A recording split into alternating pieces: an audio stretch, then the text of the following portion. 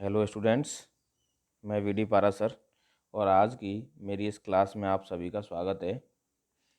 हमने इससे पहले की जो क्लास थी या चर्चा थी उसमें हमने संयुक्त राष्ट्र महासभा के बारे में चर्चा की। महासभा की संरचना, कार्य प्रणाली एवं शक्तियों के बारे में चर्चा की। इससे पहले हम संयुक्त राष्ट्र संघ के प्रमुख अंगों को भी एक मोटे तौर पर पढ़ चुके हैं कि जो यूएनओ के प्रमुख अंग हैं उनके मुख्य मुख्य क्या क्या कार्य हैं, उनकी स्थापना किस प्रकार हुई और उनकी स्थापना को लेकर क्या उद्देश्य रहे थे। तो आज की हमारी जो क्लास है इसमें हम सुरक्षा परिषद के बारे में अध्ययन करेंगे कि सुरक्षा परिषद की संरचना किस प्रकार है और किस प्रकार सुरक्षा परिषद की कार्यप्रणाली है, किस प्रकार वह कार्य करती है, किस प्रकार जैसे दुनिया में अंतर्राष्ट्रीय शांति सुरक्षा के लिए वो कार्यवाही को अंजाम देती है। देखो विद्यार्थियों, सुरक्षा परिषद यूएनओ का सबसे महत्वपूर्ण अंग है। हमने ये देखा प्रथम विश्व युद्ध के बाद राष्ट्र संघ की स्थापना हुई और राष्ट्र संघ एक तरह से असफल हो गया। तब संयुक्त राष्ट्र संघ की स्थापना हुई द्वितीय विश्व युद्ध के बाद और इस उद्देश्य के साथ हुई कि तृतीय विश्व युद्ध नहीं हो, दुनिया को जो अशांति है, हिंसा है, उससे हम दूर रखें। तो कहीं ना कहीं सुरक्षा परिषद के रूप में संयुक्त राष्ट्र संघ के अंतर्गत वह शक्ति दी गई कि जिसके द्वारा अंतर्राष्ट्रीय शांति सुरक्षा के लिए ये प्रयास कर सके। राष्ट्र संघ के जो अनुभव थे उन राष्ट्र संघ के अनुभवों ने संयुक्त राष्ट्र के निर्माताओं के मस्तिष्क में ये विचार उत्पन्न कर दिया कि समूचे विश्व समुदाय के अंदर एक 5 महाशक्तियों का समुदाय विद्यमान है जिनकी मित्रता एवं मतैक्य पर ही विश्व की शांति एवं सुरक्षा कायम रह सकती है, विद्यमान रह सकती है। देखो साथियों,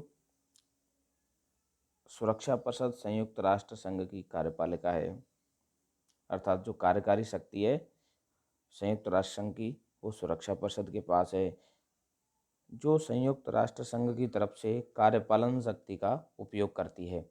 यह महासभा की अपेक्षा बहुत छोटा सदन है, किंतु इसकी शक्तियाँ महासभा की शक्तियों से अधिक व्यापक हैं। इसे अंतर्राष्ट्रीय शांति व सुरक्षा का पहरेदार माना जाता है। पॉमर एवं पार्किंस ने इसे संयुक्त राष्ट्र संघ की कुंजी कहा है तथा डेविड कुशमैन ने इसे दुनिया का पुलिसमैन कहा है। और पुलिसमैन इसीलिए कहा है कि पूरी दुनिया में कहीं भी संकट होता है तो वहाँ सुरक्षा परिषद काम करने के लिए तैयार रहती है।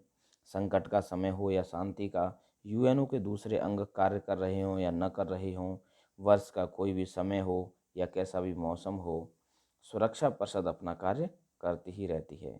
सुरक्षा परिषद को यूएनओ की केंद्रीय धुरी इसीलिए कहा जाता है क्योंकि इसके इर्द गिर्द अन्य समस्त अंग, संस्थाएं तथा एजेंसियां घूमती हैं। इसका प्रमुख कारण यह है कि अनुच्छेद 24 के अंतर्गत विश्व शांति एवं सुरक्षा बनाए रखने का प्रमुख उत्तरदायित्व सुरक्षा परिषद पर है।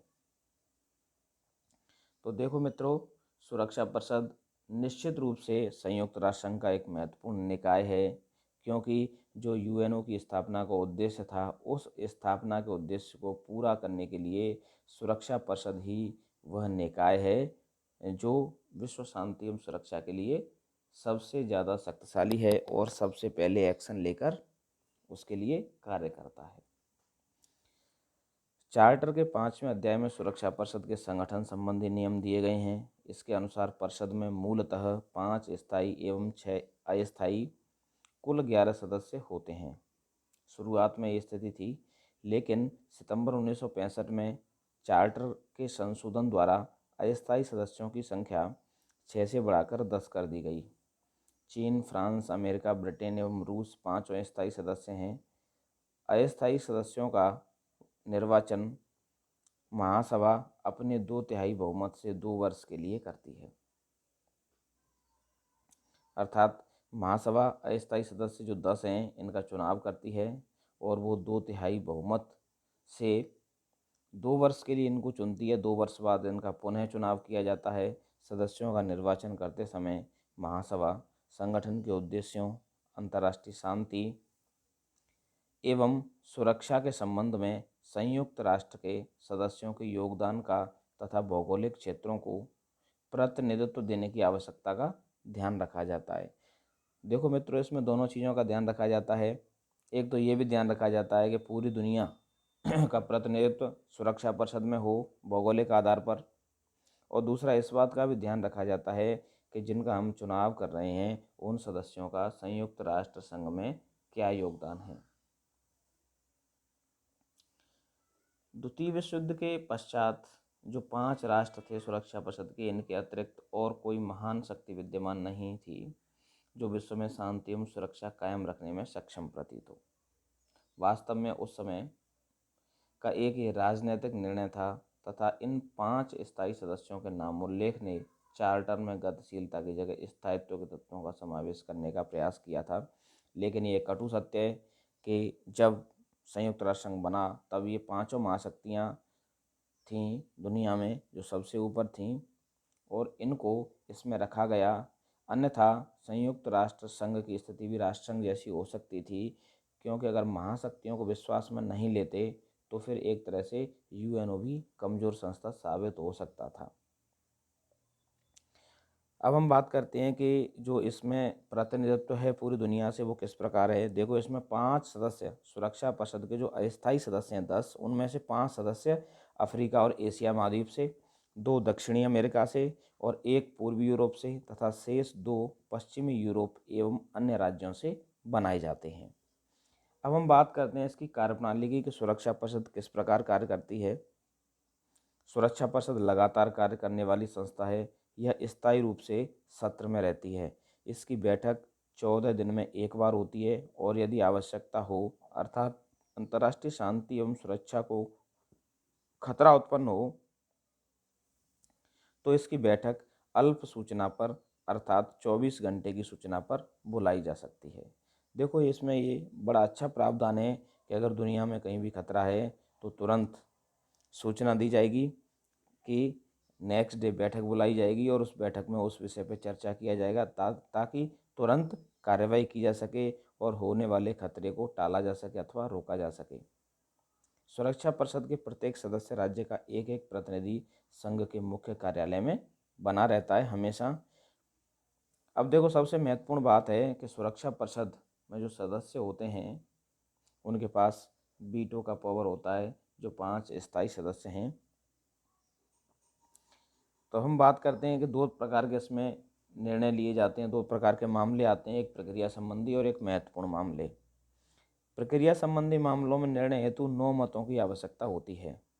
प्रक्रिया संबंधी विषयों का आशय ऐसे मामलों से है जिनमें सुरक्षा परिषद की बैठक के समय या स्थान का निर्णय करना, इसके सहायक अंगों की स्थापना, कार्रवाई चलाने के नियम और सदस्यों को बैठक में सम्मिलित होने के लिए निमंत्रित करना आदि।